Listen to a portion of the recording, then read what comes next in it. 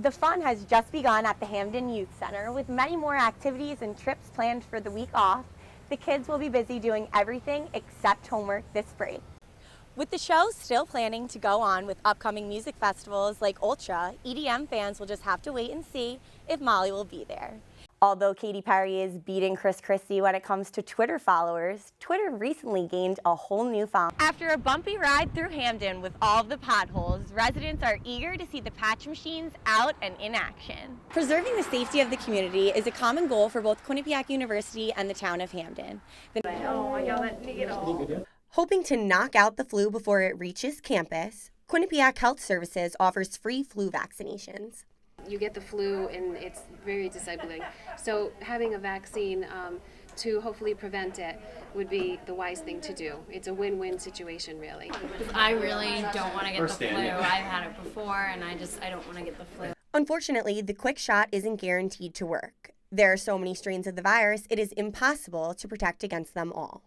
Our flu virus actually contains what we anticipate to be the most potent strains out there, so hopefully we'll be protected. But yes, you can get it. So I don't have time to go to the doctor's office and get a flu shot. I think it's super important, and I think it's going to help prevent the flu.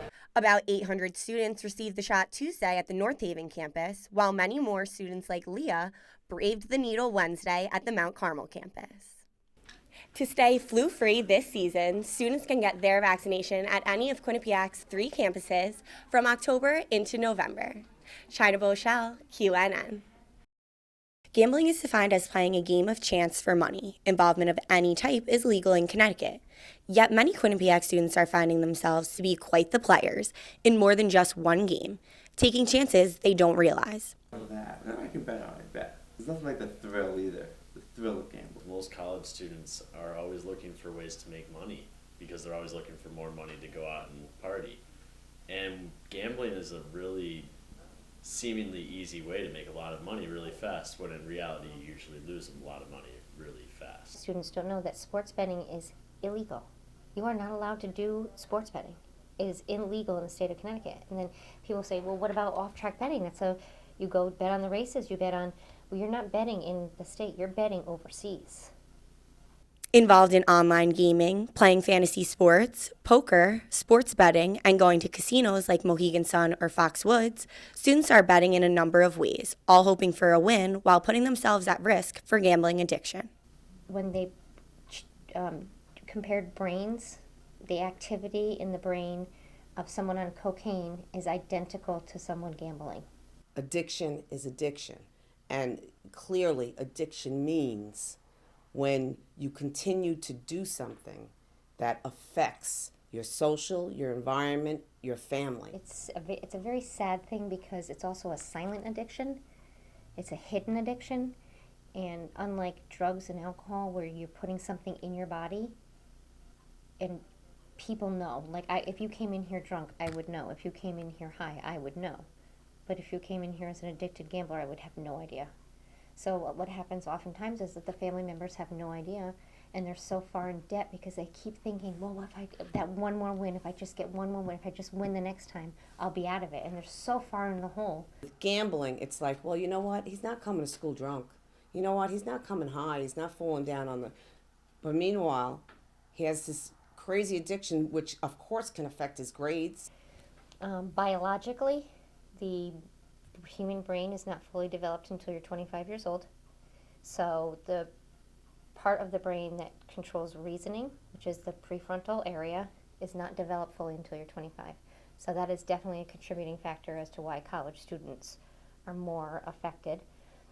Also, if you are not addicted to something up until you're 21 years old, your chances statistically are much less of becoming an addict. Like, I lost my last paycheck, but I think I'm going to go right back once I get my next one. I don't know. It's like something that I need to do just because I'm kind of in the hole right now. So, like I need to be able to pay rent this month. And a lot of times for the gambler, it's not about the money at all. It has nothing to do with it. It just has to do with that high that they get when they win.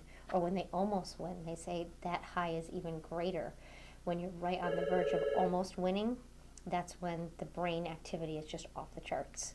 Gambling, like any addiction, has warning signs. The Connecticut Council on Problem Gambling gives out these cards to let students know what to look for and where to turn for help when they or someone they know is in the hole. There's so many other people who have a gambling problem, which is so close on the spectrum to gambling. You have like someone who doesn't gamble, someone who's an occasional gambler, someone who's a social gambler, then someone who's a problem gambler, and then someone who's a pathological gambler. So even though only 5% of the population has a pathological gambling problem, there's a very large percentage that have problems with gambling. With 85% of college students being involved in some type of gambling, the council hopes informing campuses about risks and warning signs can help prevent gambling addiction. Chynna Boeschl, QNN. As the snow melts, the damage to roads left behind by the plow trucks and storm is shown. Many sidewalks and curbs are left in pieces, and the roads in dangerous condition. The constant freezing and unfreezing of the roads, makes them vulnerable to potholes. There are a lot of potholes in Hamlin. Over the years, there's always seems to be a lot, but this year's there's quite a few more. With an increase in potholes is an increase of danger for both the drivers and their vehicles. They can be dangerous, definitely. Causing many drivers cracked rims and popped tires.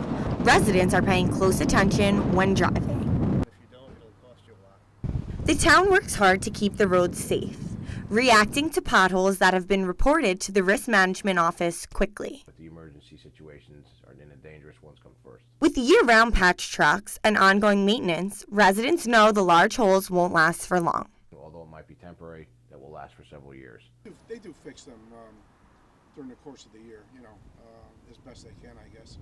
It's like everything else, money's a huge issue, and so they do the best they can. They seem to come back every year. After a bumpy ride through Hamden with all of the potholes, residents are eager to see the patch machines out and in action. I'm Chynna with Q30 News.